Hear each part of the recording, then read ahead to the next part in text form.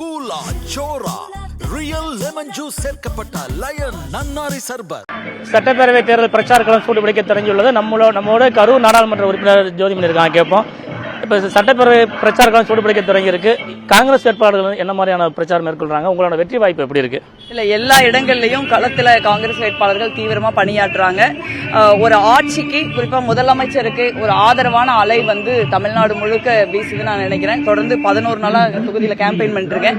ஒரு 10 ஆண்டு கால அதிமுக ஆட்சியும் 5 ஆண்டு கால திமுக ஆட்சியும் மக்கள் நிச்சயமா அலசி பாக்குறாங்க. இப்ப மகளிர் உரிமை தொகை, காலையில பள்ளிக்கூடத்துல சாப்பாடு போடுறது, ஸ்மார்ட் போர்டு, உயர்கல்விக்கு வந்து மாணவ மாணவிகளுக்கு பணம் கொடுக்கறது, அதே மாதிரி லேப்டாப் கொடுக்கறது, கல்வி, மருத்துவம், உள்கட்டமைப்பு, இந்த மாதிரி வேலை வாய்ப்பு, இந்த மாதிரி பல்வேறு துறைகளில் ஒரு மகத்தான ஒரு சாதனைகளை மாண்புமிகு முதலமைச்சர் அவர்கள் நிகழ்த்தியிருக்கிறார்கள். அந்த அரசாங்கம், அந்த முதலமைச்சர் திருப்பி வரணும் அப்படிங்கிற ஒரு நிலைப்பாடு மக்கள் மத்தியில் தெளிவா இருக்கு. அதே போல தலைவர் ராகுல் காந்தி அவர்களுக்கு ஒரு பெரிய தமிழ்நாட்டில் ஒரு மிகப்பெரிய பேராதரவும் பேரன்பும் இருக்குது. வலுவான ஒரு கூட்டணியை நாங்க அமைச்சிருக்கோம். கூட்டணி கட்சியின் தலைவர்கள் அனைவருக்குமே தமிழ்நாட்டில் வந்து ஒரு நல்ல ஸ்டேக்கும் மரியாதையும் இருக்குது. அதனால ஒரு திறமையான அரசு, ஒரு வலிமையான முதலமைச்சர் வேட்பாளர், ஒரு வலுவான கூட்டணி, மக்களுடைய பேராதரவு, இந்த 4 இருக்கிறதுனால மிக எளிதாக 200 தொகுதிகளுக்கு மேல வெல்ல முடியும் நாங்க நினைக்கிறோம். அப்படி இருக்கும்போது ராகுல் காந்தி ஏன் என்ன பிரச்சாரத்துக்கு வராம இருக்காரு? அது ஒரு விமர்சனத்துக்கு உள்ளாகுது இல்ல?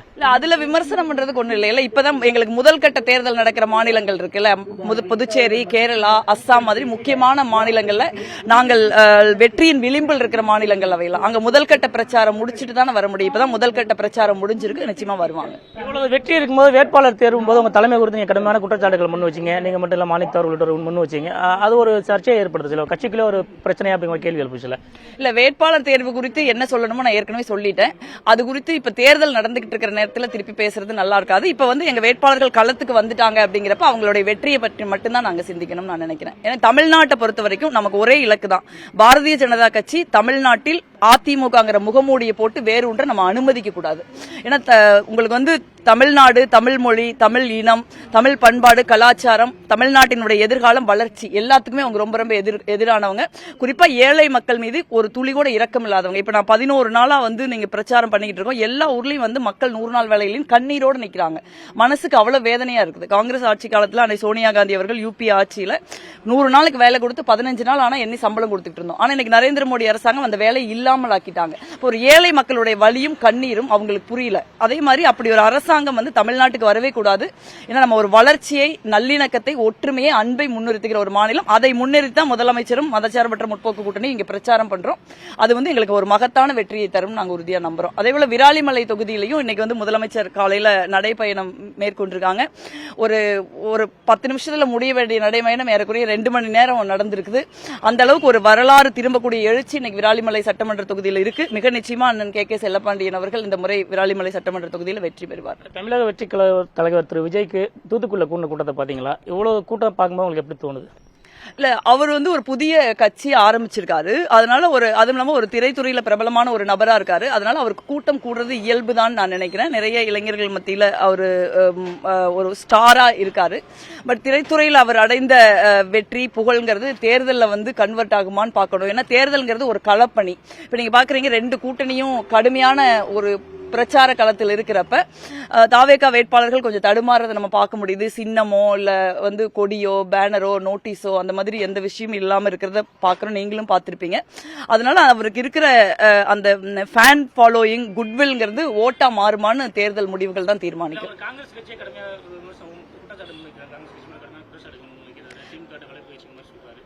இல்ல, காங்கிரஸ் கட்சி வந்து ஒரு 130 ஆண்டு கால பழமையான கட்சி, ஒரு நேர்மைக்கும் உண்மைக்கும் பெயர் போன ஒரு கட்சி. ராகுல் காந்தி போன்ற ஒரு மகத்தான ஒரு கொள்கை பிடிப்புள்ள நேர்மையான ஒரு தலைவரால் வழிநடத்தப்படுற கட்சி. அந்த மாதிரி அவர் வந்து எடுத்தங்கவிழ்த்தன் பேசுறது சரியில்லைன்னு நினைக்கிறேன். அது ஒரு மெச்சூர் லீடர்ஷிப் அல்லன்னு நான் நினைக்கிறேன்.